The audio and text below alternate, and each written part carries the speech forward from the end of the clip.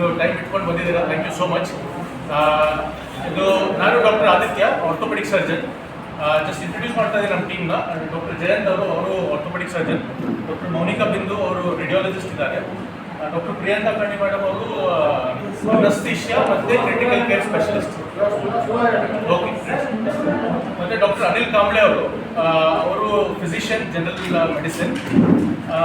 ಇವರು ನಮ್ಮೊಬ್ಬರು ಪೇಷಂಟ್ ಇದ್ರು. ನಾವಿದು ಮಾಡಿರೋ ಉದ್ದೇಶ ಏನು ಅಂತಂತಂದರೆ, ಅವರಿಗೆ ಒಂದು ಬಹಳ ರೇರ್ ಕಂಡೀಷನ್ ಇತ್ತು, ಅದನ್ನು ಸ್ಪಾಂಡೈಲೋಎಪಿಫೈಸಿಯಲ್ ಡಿಸ್ಪ್ಲೇಸಿಯಾ ಅಂತೀವಿ. ಆಲ್ಮೋಸ್ಟ್ ಅದು 1.5 ಲಕ್ಷ ಮತ್ತು 1 ಲಕ್ಷ ಜನಕ್ಕೆ ಒಬ್ಬರಿಗೆ ಬರೋಂಥದ್ದು ಕಂಡೀಷನ್.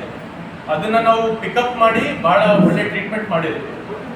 ಸೊ ಇದು ನಾವು ಸ್ವಲ್ಪ ಟ್ರೈನಿಂಗ್ ಎಲ್ಲ ಆರ್ಥೋಪೆಡಿಕ್ ಸ್ಪೆಷಲಿಸ್ಟ್ ಟ್ರೈನಿಂಗಲ್ಲಿ ಇದೆಲ್ಲ ನಾವು ನೋಡಿದ್ವಿ. ಅಬ್ರಾಡಲ್ಲಿದ್ದೆ ನಾನು, ಇಂಗ್ಲೆಂಡಲ್ಲಿ ಒಂದು 5 ವರ್ಷ. ಸೊ ಅಲ್ಲಿ ನಮಗೆ ಎಕ್ಸ್ಪೀರಿಯನ್ಸ್ ಇತ್ತು. ಅದನ್ನೇ ನಾವು ಇಲ್ಲಿ ಯೂಸ್ ಮಾಡಿದ್ವಿ. ಅವ್ರಿಗೆ ಯೂಸ್ ಮಾಡಿರೋ ಇಂಪ್ಲಾಂಟ್ಸ್ ಆಗಲಿ ಅಥವಾ ಟ್ರೀಟ್ಮೆಂಟ್ ಕೊಟ್ಟಿರೋ ಏನು ಸ್ಟ್ಯಾಂಡರ್ಡ್ಸ್ ಇದೆ, ಸ್ಟ್ಯಾಂಡರ್ಡ್ ಆಫ್ ಕೇರ್ ಭಾಳ ಹೈ.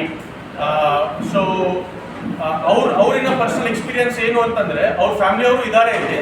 ಬಟ್ ನಾನು ರಿಕ್ವೆಸ್ಟ್ ಮಾಡಿ ಅವ್ರಿಗೆ ಹೇಳಿದ್ದೀನಿ ದಟ್ ನಾನು ಪೇಷಂಟ್ ಅವ್ರ ಹೆಸರು ಅಥವಾ ಅವ್ರ ಡೀಟೇಲ್ಸ್ ಏನು ಹೊರಗಡೆ ಬಿಡಲ್ಲ ಅಂತ. ಓನ್ಲಿ ಪ್ಯೂರ್ಲಿ ಬಿಕಾಸ್ ನಮಗೆ ಅವ್ರದ್ದು ಪರ್ಸನಲ್ ಐಡೆಂಟಿಟಿ ರೆಸ್ಪೆಕ್ಟ್ ಮಾಡಬೇಕಂತ ಇದೆ. ಸೊ ನಾವು ಇದು ಮಾಡೋ ಕಾರಣ ಏನು, ಈ ಥರ ಕಂಡೀಷನ್ಸ್ ಮತ್ತು ಈ ಥರ ಏನು ರೇರ್ ಅಪರೂಪ ಪ್ರಾಬ್ಲಮ್ಸ್ ಇರುತ್ತಲ್ಲ, ಅದನ್ನು ನಾವು ಐಡೆಂಟಿಫೈ ಮಾಡಿ ಟ್ರೀಟ್ಮೆಂಟ್ ಆಗುತ್ತೆ ಅಂತ ಹೇಳಕ್ಕೆ. ಸೊ ಅವ್ರ ಪರ್ಸನಲ್ ಎಕ್ಸ್ಪೀರಿಯನ್ಸ್ ಏನಿತ್ತು ಅಂತಂತಂದರೆ, ಅವರು ಗುಲ್ಬರ್ಗದಲ್ಲಿ ಸುಮಾರು ಆರ್ಥೋಪೆಡಿಕ್ ಹಾಸ್ಪಿಟಲ್ಸಲ್ಲಿ ಹೋಗಿದ್ದಾರೆ, ಸೊಲಾಪುರಲ್ಲೂ ಹೋಗಿದ್ದಾರೆ, ಬ್ಯಾಂಗ್ಳೂರಿಗೆ ಹೋಗಿದ್ರು, ಆ್ಯಂಡ್ ಭಾಳ ಜನ ಹೋಗಿದ್ರು ಅವರು. ಬಟ್ ಇಲ್ಲಿ ಅವರಿಗೆ ಅಷ್ಟು ಸರಿ ಟ್ರೀಟ್ಮೆಂಟ್ ಆಗಲಿಲ್ಲ. ಸೊ ಇದನ್ನು ನಾವು ಇಲ್ಲಿ ಟ್ರೀಟ್ಮೆಂಟ್ ಮಾಡಿದ್ವಿ. ಇವರು ಫಸ್ಟ್ ಟೈಮ್ ಬಂದಾಗ ನಮ್ಮ ಹತ್ರ ನಾವು ಅವರಿಗೆ ಏನಿದೆ ಡಿಸೀಸ್ ಪ್ರಾಬ್ಲಮ್ಸ್ ಎಲ್ಲ ಎಕ್ಸ್ಪ್ಲೇನ್ ಮಾಡಿ ಹೇಳಿದ್ವಿ.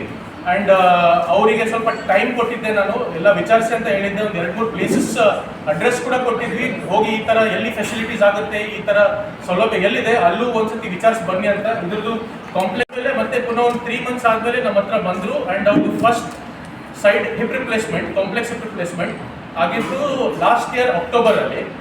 ಭಾಳನೇ ಚೆನ್ನಾಗಾದ್ರು. ಆಮೇಲೆ ಮಾರ್ಚಲ್ಲಿ ಮತ್ತೆ ಪುನಃ ಬಂದು ಇನ್ನೊಂದು ಸೈಡ್ ಆಗಿತ್ತು. ಈಗ ನಾವು ಜೂನಲ್ಲಿದ್ದೀವಿ. ಇಷ್ಟುವರೆಗೆ ಸರಿ ಇದ್ದಾರೆ.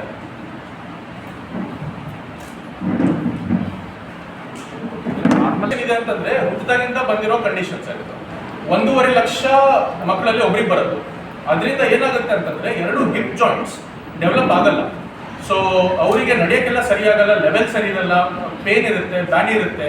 ಬೆಳೀತಾ ಎಲ್ಲರದ್ದು ಜಾಯಿಂಟ್ಸ್ ಡೆವಲಪ್ ಆಗಬೇಕು, ಬಟ್ ಅವರಲ್ಲಿ ಜಾಯಿಂಟೇ ಡೆವಲಪ್ ಆಗಲ್ಲ. ಸೊ ಆ ಜಾಯಿಂಟ್ನ ನಾವು ರೀಕನ್ಸ್ಟ್ರಕ್ಟ್ ಮಾಡ್ಕೊಟ್ಟಿದ್ವಿ. ಅಂತಂದರೆ ಅದು ಆರ್ಟಿಫಿಷಿಯಲ್ ಜಾಯಿಂಟ್ ಮಾಡ್ಕೊಟ್ಟಿದ್ವಿ 2 ಹಿಪ್ ಜಾಯಿಂಟ್ಸಲ್ಲಿ.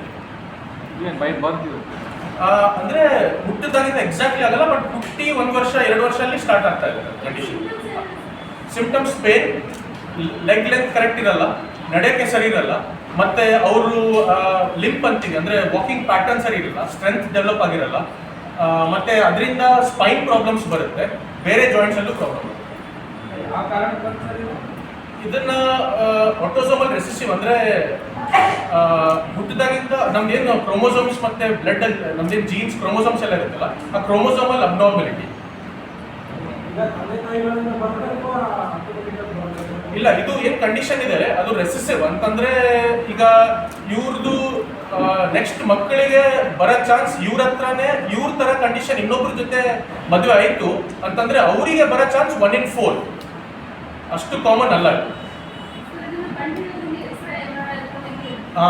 ಸ್ಟಾರ್ಟಿಂಗಲ್ಲಿ ಸೀರಿಯಲ್ ಎಕ್ಸ್ರೇಸ್ ಅಂತೀವಿ. ಅಂತಂದರೆ ಅವ್ರು ಹೇಗೆ ಬೆಳೀತಾ ಇರ್ತಾರೆ ಅವಾಗ ಎಕ್ಸ್ರೇಸ್ ತೊಗೊಳ್ತಾ ಇರ್ತೀವಿ. 1 ವರ್ಷದಲ್ಲಿ ಒಂದು 6 ಮಂತ್ಸಲ್ಲಿ ಆ ಥರ ಎಕ್ಸ್ರೇಸ್ ತೊಗೊಳ್ತಾ ಇರ್ತೀವಿ. ಸ್ಟಾರ್ಟಿಂಗಲ್ಲಿ ಪ್ರಾಬ್ಲಮ್ ಸೇವ್ ಮಾಡೋಕ್ಕೆ ಏನಾದರೂ ಆಗ್ತಿತ್ತು ಅಂತಂದರೆ ಸೇವ್ ಮಾಡ್ಬೋದು. ಬಟ್ ಅವ್ರು ನಮ್ಮ ಹತ್ರ ಪ್ರೆಸೆಂಟ್ ಮಾಡಿದಂದರೆ ಬಂದಿದ್ದು 19 ಇಯರ್ಸಿಗೆ ಬಂದಿದ್ದು ಹುಡುಗರು. ಆ ಟೈಮಲ್ಲಿ ಸ್ಕೆಲಿಟಲ್ ಮೆಚುರಿಟಿ ಆಗಿರುತ್ತೆ. ಅಂದರೆ ನಾವು 18-19 ಇಯರ್ಸ್ ಆದಮೇಲೆ ಹುಡುಗರು ಬೆಳೆಯಲ್ಲ. ಸೊ ಮೂಳೆಗಳು ಏನು ಬೆಳೆಯಲ್ಲ, ಜಾಯಿಂಟ್ಸು ಬೆಳೆಯಲ್ಲ. ಇದು ಬೇರೆ ಪ್ರಾಬ್ಲಮ್ಸ್ ಜೊತೆನೂ ಅಸೋಸಿಯೇಟೆಡ್ ಇರ್ಬೋದು, ಲೈಕ್ ಹಾರ್ಟ್ ಪ್ರಾಬ್ಲಮ್ಸ್ ಆಗಲಿ, ಕಿಡ್ನಿ ಪ್ರಾಬ್ಲಮ್ಸ್ ಆಗಲಿ. ಸೊ ನಾವು ಅವರಿಗೆ ಪ್ರೊಸೀಜರ್ ಮಾಡೋಕ್ಕಿಂತ ಮುಂಚೆ ಅದನ್ನು ಥರೋ ಇವ್ಯಾಲ್ಯೂಯೇಟ್ ಮಾಡಿದ್ದೀವಿ. ನಮ್ಮ ಫಿಸಿಷಿಯನ್ ಸಾಬ್ರು ಕರೆಕ್ಟಾಗಿ ಇವ್ಯಾಲ್ಯೂಯೇಟ್ ಮಾಡಿದ್ರು, ಬೇರೆ ಏನಾದರೂ ಕಂಡೀಷನ್ಸ್ ಇದೆನಾ, ಅಸೋಸಿಯೇಟೆಡ್ ಕಂಡೀಷನ್ಸ್ ಅಂತೀವಿ. ಅಂತಂದರೆ ಕಿಡ್ನಿ ಡೆವಲಪ್ಮೆಂಟ್ ಸರಿ ಇರಲ್ಲ ಅಥವಾ ಹಾರ್ಟಿಂದು ಡೆವಲಪ್ಮೆಂಟ್ ಸರಿ ಇರಲ್ಲ. ಆ್ಯಂಡ್ ಆಮೇಲೆ ನಾವು ಪ್ರೊಸೀಜರ್ ಮಾಡಬೇಕಂದ್ರೆ ಅನಸ್ಥೀಶಿಯಾ ಕೊಡಬೇಕು. ಅನಸ್ತಿಷ್ಯ ಮಾಡೋಕ್ಕೆ ಡಾಕ್ಟರ್ ಪ್ರಿಯಾಂಕಾ ಮೇಡಮ್ ಅವರು ನಮಗೆ ಭಾಳ ಸಪೋರ್ಟ್ ಕೊಟ್ಟಿದ್ರು. ಅನಸ್ತಿಷ್ಯ ಸಲುವಾಗಿ ಏನಾದರೂ ಡಿಫಿಕಲ್ಟೀಸ್ ಇತ್ತು ಅಂತಂದರೆ ಅದು ಕೂಡ ತುಂಬ ಚೆನ್ನಾಗಿ ಗೈಡ್ ಮಾಡಿದ್ರು. ಮತ್ತು ರೇಡಿಯೋಲಜಿಸ್ಟ್ ಮೇಡಮ್ ಅವರು ಅದೇನು ಎಕ್ಸ್ರೇಸ್ ಪ್ರಾಬ್ಲಮ್ ಇದೆ ಅಥವಾ ಆ ಕಂಡೀಷನ್ ಪಿಕಪ್ ಮಾಡೋಕ್ಕೆ ಏನೇನು ಚಾಲೆಂಜಸ್ ಇರುತ್ತೆ, ಬೇರೆ ಎಲ್ಲೆಲ್ಲಿ ಬೋನ್ಸಲ್ಲಿ ಪ್ರಾಬ್ಲಮ್